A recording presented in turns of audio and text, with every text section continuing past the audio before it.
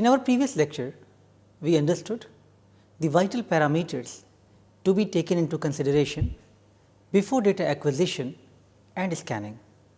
Today, we will discuss about the software interface for scanning, image processing and data extraction. Mr. Pankaj Khanna would provide software demonstration for performing the scanning.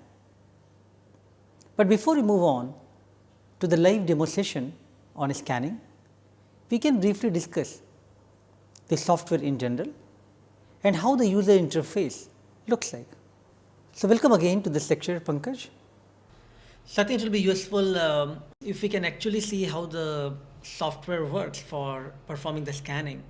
But before we move on to the live demo for the scanning performance, maybe we can just briefly discuss about the software in general and how the user interface looks like. If you can just elaborate on some of the features while one need to look for during the scanning process, I think that will be useful for us to understand when we actually look at the demonstration for the software. True. So the basic GUI which we are going to see in few minutes actually contains three different areas. The first one is image laser controls. So there you wanted to see which kind of laser I am going to use, and second one is the different features which are used for the controlling of the image, and towards the right hand side we have a pane which is allowed or helpful in hardware controls. So the basic one is in the hardware control is first, as we said, that we can look at auto PMT and other adjustments which is being done. For that we use preview scan. So preview scan, and that there are different tabs which allows you to go for the true scan and the preview scan, and based on the laser which particular scan you are using. So like for example, if you start with the preview scan, you decide on which best pixelation suits me, right, which different power of laser suits me. Once you are able to do these decisions being made, you can go for your own data scan. People prefer that because there are sometimes a bleaching effect on the fluorophoros, so they want to avoid the exposure for a longer time. So multiple scanning is avoided. So once you see even a single wavelength scan, so if your application requires only one wavelength to be scanned, there you can select in the tab only a single wavelength scan, right, and then so also a preview scan with the data scan followed by. You can also do an automation that once you do a preview scan, you see that it is all good, then immediately it can go for that. But very rarely people use that because you see once and then only you want to go ahead with. So it's like any general scanning, even if you want to just scan a sheet, right? First of all, you would like to preview it, that how you just want to get a glimpse of the process, like how the overall image looks like. And then since you know your experiment, you know your requirements, like what wavelength need to be used, what type of fluorophore you have used, then one need to optimize and correct those things during the data scan, which is the actual scan performed. And then after that one need to review that whole thing and then how the slide looks like. True.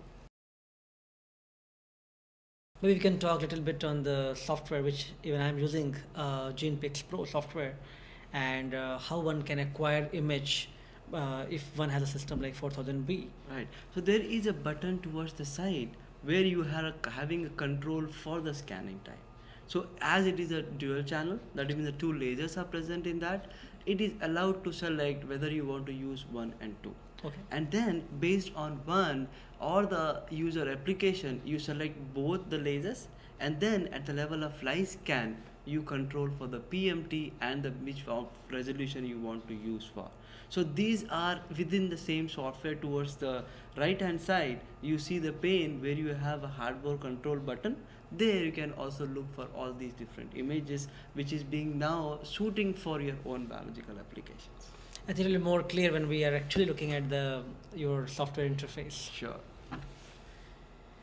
Okay, so when we are acquiring the image, what the intensity histograms tell us while scanning is in process and even after the scanning is done, how one can really ensure that the scan is good, and what type of balance one need to make in that? Yes. So basically in the preview scan, when you are scanning your live data, you can just switch on to the histogram graph. Right. There what it gives is how much red and green channels are contributing towards the intensities. So you really want that they are overlapping So they are really balancing. There could be a small variability in the beginning owing to the fact that they are just a background and then the spots coming in. So there you want that they are really overlapping after a little bit of lag. That is few seconds of lag. That's Right. it. So once you are able to do them, you can see and select whether yes, this PMT is being good for me. So this is a way you check which PMT is more suitable. So you select a PMT, look at them, see the overlap. Wherever there is the best overlap without saturation, you want to go over those settings.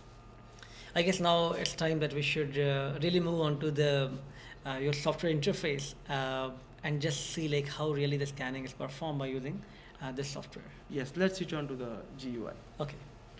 Okay, Pankaj, so let's talk about the software and how actually we can use the software for image scanning from the hardware, so that now we can see it live, that how one can actually control different buttons for acquisition of the good images.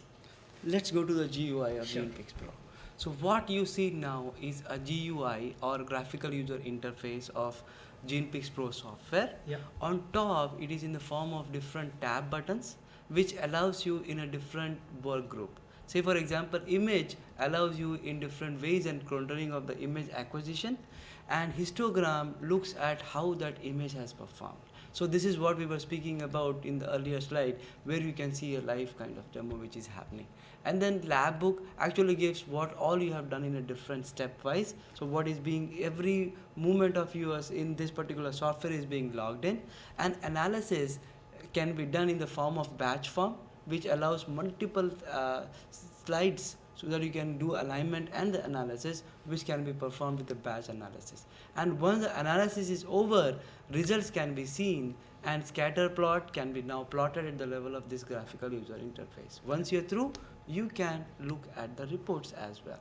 So let's look at the major function of imaging. So what and how one control for the best image acquisition. I think that's important. Let's look at some of the buttons and how one can control those Sure. to acquire good image. Let's quickly go through like different kind of buttons here. So now the imaging can be done at a different wavelengths, and the like preview can be done at 635 and 532. In a single laser based, the wavelength can be done at 635 or wavelength at 532. So even the ratio of the imaging, how the both has performed together, can be looked at looking at a button of ratio of imaging. So this one allows you to see how the image is being done after the scan. You can look at one channel, preview channel, or different channels. Okay. And now let's look at different tools which are available to you while or after the scanning. So Yeah. the major ones are here, where you can move across the chips in the form of this hand tool. The plus indicates the zoom tool, and the other tools are actually, this is want to unzoom, and you can also look at the whole image button. So once you have the image, these two becomes activated. So these two are actually for the blocks, Okay. and looking and the controlling the blocks, and these ones are the features. So many a times what happens, usually you get the GAL file, which is actually the feature information file. Yes, actually, you can just maybe elaborate on GAL file, because that's one of the very commonly used term when people talk about microarrays, Sure. right? So GAL stands for gene array list. So actually it gives the X and Y coordinates, where each array usually is being presented in the form of blocks, which blocks in turn are in the form of features. So these blocks and feature positions are being recorded in GAL file, and then the information or annotation is given to each spot. So GAL, GAL, that is gene array list file, essentially contains the X, Y and the number of columns, and so also the information of each spot, how they are being annotated and placed on the chip. So if by chance if you don't know, or you are prepared by yourself, these buttons here allow to make your own blocks and create your own GAL file with the help of the tool which is called as gene array list generator. Okay. So now let's look at the control button, which is towards your right side. So the first one is a preview scan, and then you can also have a data scan. Okay. One stands for one wavelength, so it allows you to take image from only one wavelength. Sure. And then you also have multiple scans, so you do a preview scan, then you do a scan with this button. You also have other buttons which will light up as and when you acquire the image, and this is for the analysis. So once the analysis is being done, if you click this button, the analysis will be performed after the alignment. So this is actually open button. So this is like normally your file where you want to open or save your images, Right. and this one is actually a flagging. As we discussed, the different features can be flagged. You can look at, once the image is available to you, you can look at good, bad or absent, and you can give them a different ratings. Here again is looking at different zoom buttons, so which allows you that which you want to focus on. Feature names or the feature IDs where you want to go for one particular one. The major one here is particularly this, which allows a different workflow controls, right? So this allows in the form different ways can be handled. Now let's quickly go through one particular scan, which is a simultaneous scan. So both lasers will be acquired at the same time. Okay. So if I press on a data scan button, the image, after putting your inverted slides in the hardware, it is scanning. So you just see on the top, which is very less visible. So let's try to zoom inside. So if I just put this button and allow you to zoom, you One can region, see particular how the scanning is happening. So you are looking at different image type. So if I click on only one wavelength, this, because it's live, after the scanning you can see it is going for the ratio image scan. So now quickly at a histogram, you see it is start coming up because it is scanning is going on live, so it start reducing. The basically, as we discussed, it should be overlapping. Right. So my settings are usually looking very nice in this particular one. So I guess like as the scanning is progressing, one need to also keep looking simultaneously the histograms. Correct. To determine like how site 3 and site Whether- 5 are how well aligned. Correct. So how well aligned with the help of auto PMT. So Sci 3, Sci 5, you can adjust auto PMT, you can adjust laser power, Right. so that you can see this one. So if we see some variation, then we need to come back here and adjust these parameters so that they are super aligned. Super. Yes. So in this fashion, the image acquisition is being happening. Right. And you also have, we give you a power that in between the slides, usually people keep barcodes. Right. And our system or GenePix Pro is compatible with reading the internal barcodes which is being done. So that you can have multiple scans also being possible. So nowadays each slide is coming with multiple arrays because of the variable densities. People are focusing on the custom type. So this can also be done with the new software upgrade developments. Okay.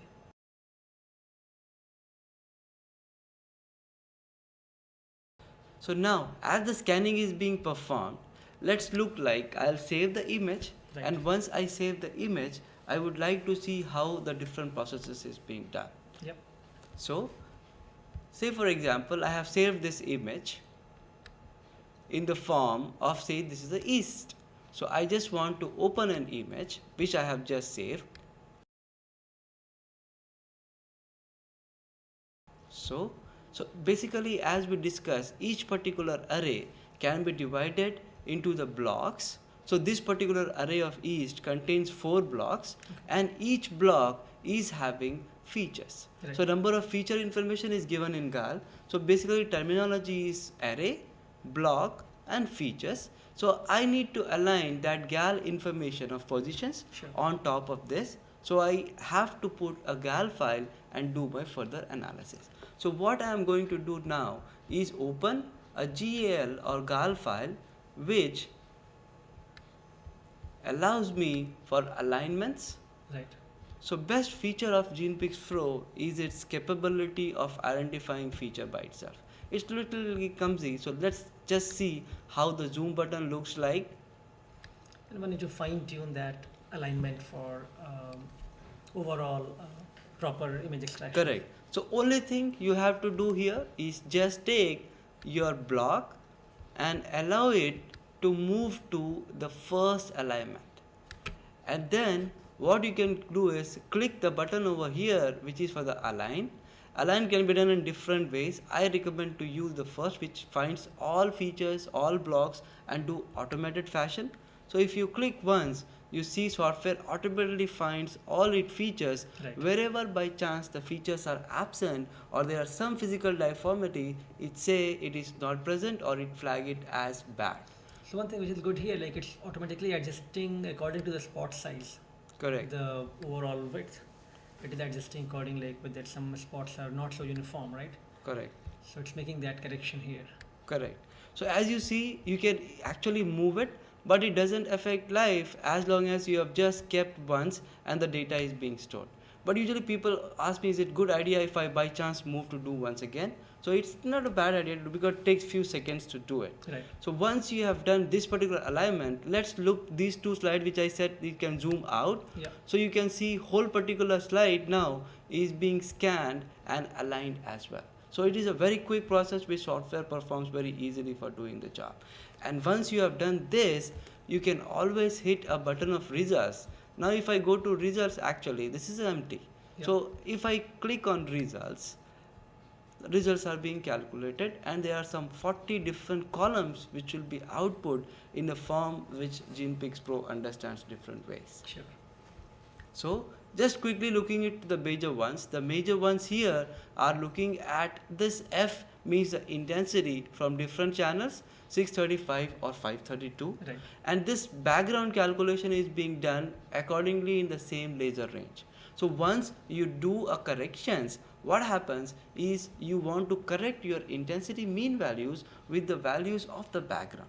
Okay. So this is what is the most important which usually people use for the further calculation, Right. apart from a ratio of means or ratio of medians which can be calculated again and being presented to you in a different column formats. So each column signifies different ones, like for example SD standard deviation, CV coefficient of variations, and then different channels coming up.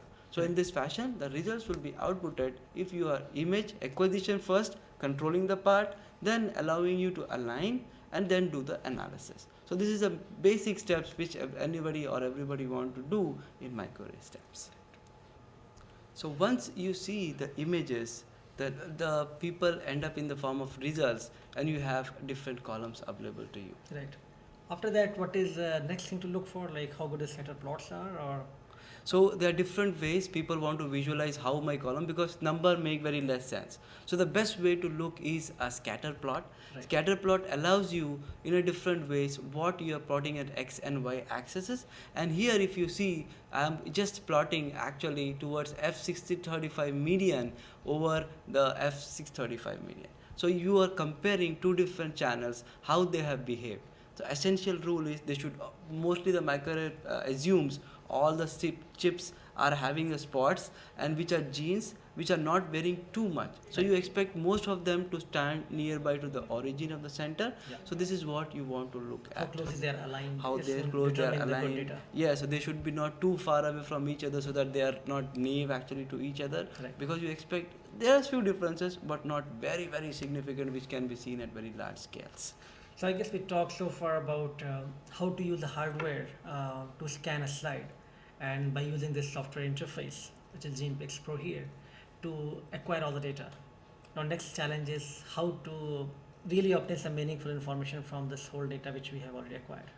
True. So GenePix Pro, as we discussed, in acquisition software and the molecular devices recommend AccuD software for further data analysis, which can be at the level of secondary or tertiary based on that. So you do statistics as well as visualizations on a single or multiple data to handle it.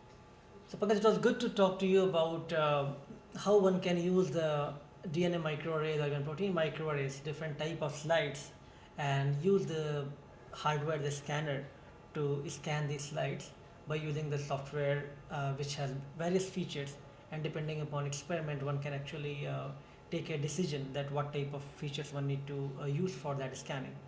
I think it will be very good if you can just share with us the video which describes the overview of the whole process, starting from the sample preparation followed by image acquisition as well as the image analysis. So if you can show us that video, that will be great. Sure. Thanks to Molecular Devices, they have provided me with this video which actually takes you from the basic process of biology in very very brief to important software parts, and so also the hardware design which is being emphasized to the level of results. So let's watch that video. Molecular Devices introduces the world's simplest, most reliable automatic microarray slide scanner. Now you can walk away from scanning while the GenePix Autoloader 4200AL automatically loads, scans, analyzes, and saves results for up to 36 slides. The autoloader accommodates microarrays on standard glass microscope slides labeled with up to 4 fluorescent dyes. These microarrays can contain just a few hundred spots or tens of thousands of spots representing an entire genome. As many as 36 slides can be loaded into the convenient slide carrier. As the carrier is inserted into the scanner, sensors detect the location of each slide, indicated by a blue bar on the slide carrier map. On the Batch Scan tab in GenePix Pro, you have complete flexibility to define the most appropriate settings and analysis parameters for each slide or for groups of slides. You can also choose to automate scanning, analysis, and file saving steps. Enter an email address and GenePix Pro will notify you remotely when your batch is complete. Using the defined scanning parameters, the precision robot arm leaps into action and moves to the first slide. Our unique Never Let Go grippers securely clamp the slide and carry it to the scanning area. A barcode reader records the barcode, and then the slide is positioned for scanning. The GenePix Autoloader 4200AL can be configured with up to 4 lasers. A neutral density filter wheel can be used to attenuate the laser power if necessary for especially bright samples. The laser excitation beam is delivered to the surface of the microarray slide. The beam scans rapidly across the short axis of the slide as the robot arm moves the slide more slowly down the long axis. Fluorescent signal emitted from the sample is collected by a photomultiplier tube. As the scan proceeds, sensors detect any non-uniformity in the slide surface, and the robotic arm adjusts the slide position accordingly to ensure the array surface is always in perfect focus.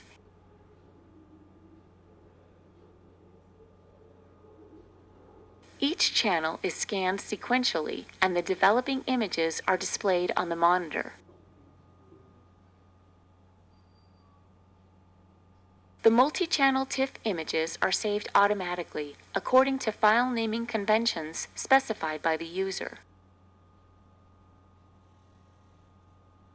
After the slide has been scanned, the precision robot arm replaces it safely in the slide carrier before picking up the next slide.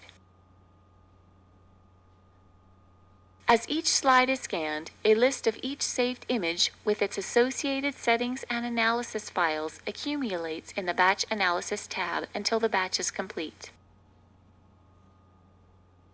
GenePix Pro automatically finds the spots and calculates up to 108 different measurements for each spot. The results are saved as a GenePix Results or GPR file. GPR files can be saved automatically to the Acuity database for statistical analysis, clustering, and other advanced investigations.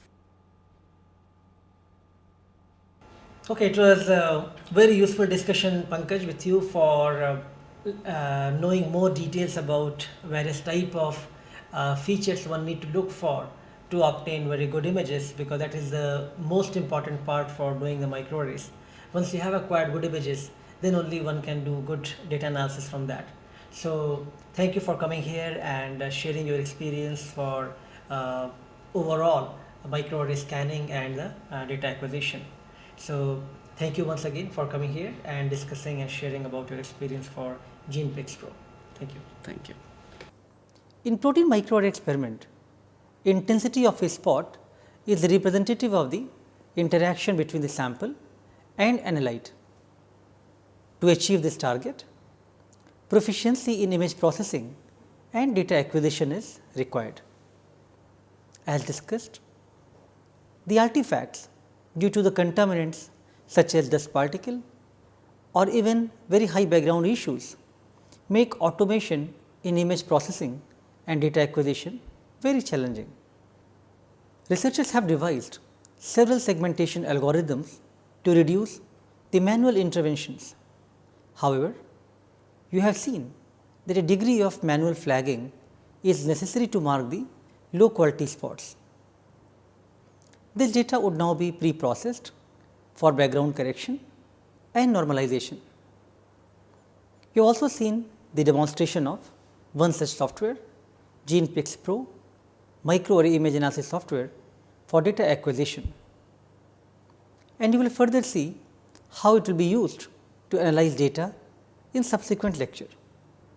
There are several commercial software like proto-array prospector software which are available along with their compatible scanning devices for image processing, data acquisition and pre-processing. In our next lecture, we will continue our discussion on microarray experiment workflow and how to analyze the microarray data obtained from the images generated from today's lecture. Thank you.